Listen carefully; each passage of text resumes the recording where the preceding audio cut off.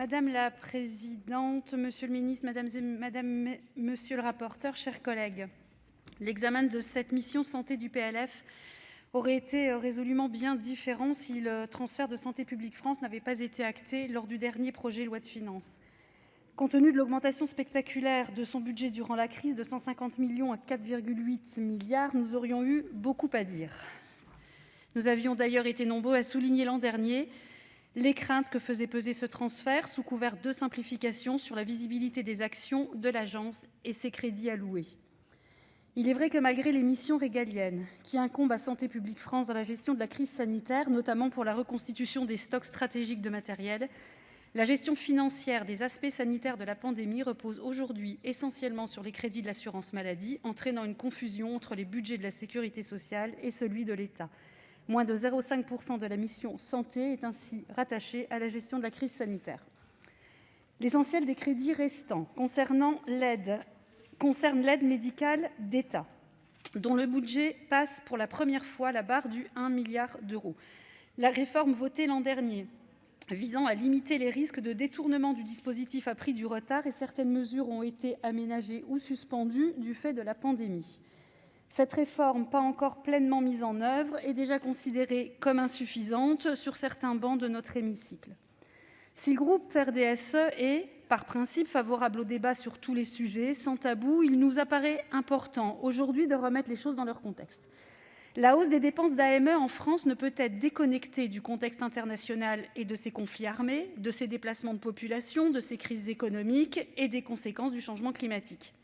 Ces dépenses doivent aussi être considérées comme une partie intégrante de notre politique de santé publique. Toutefois, on ne peut pas faire l'économie d'une vraie réflexion sur le panier de soins. Comme je le disais, ce programme est directement lié aux flux migratoires. L'échelle européenne apparaît donc comme une échelle pertinente. C'est pourquoi je serais favorable, à titre personnel, à tendre vers une homogénéité des dispositifs entre voisins européens sur les soins couverts par l'AME. Ce qui nous amène au nécessaire développement d'une véritable Europe de la santé, mais ici, ce n'est pas vraiment le sujet. Par ailleurs, cet alignement à l'échelle européenne permettrait de dégager, comme le propose notre rapporteur, plusieurs millions d'euros pour des actions de prévention sur le terrain, au plus près des personnes en situation irrégulière, et c'est une bonne chose. S'agissant justement des actions de prévention, nous notons une augmentation de près de 60 millions d'euros des crédits alloués pour 2021. Malheureusement, il s'agit pour l'essentiel d'un rattrapage lié à la sous-budgétisation chronique de l'agence de santé de Wallis-et-Futuna et non d'un investissement massif pour la prévention. Néanmoins, il était essentiel de remettre à flot cette agence qui sert à la fois d'ARS, d'hôpital, de cabinet de ville, de PMI, de pharmacie sur un territoire où l'espérance de vie est inférieure de plus de 6 ans à celle de la métropole. Les infrastructures locales de santé, fragiles et insuffisamment équipées, peinent notamment à assurer leurs actions de prévention, pourtant indispensables quand on sait que l'obésité touche 70% de la population.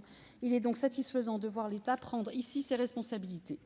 Fidèle à mes engagements, je regrette toutefois que les moyens dédiés à la prévention ne fassent pas l'objet d'un effort supplémentaire. Je pense notamment à l'amélioration du dépistage et au budget de l'INCa. L'épidémie de Covid a entraîné une forte baisse des détections et des consultations relatives au cancer, avec, on le sait, des pertes de chance désastreuses pour les patients. Une étude montre qu'un délai d'1 mois dans le diagnostic fait perdre 6 à 13% de chances aux patients. Ces retards s'expliquent en partie par une communication brouillée sur les reports d'opérations et de consultations au début du confinement et par une clarification intervenue trop tardivement. Je proposerai donc un amendement pour rattraper au plus vite le retard accumulé.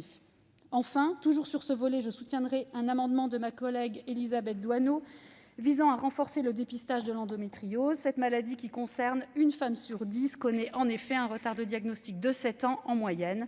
Un engagement financier plus fort de l'État sera donc bienvenu. Je vous remercie. Merci. La parole est à Madame Cathy Apourceau-Poly pour le groupe communiste républicain citoyen et écologiste.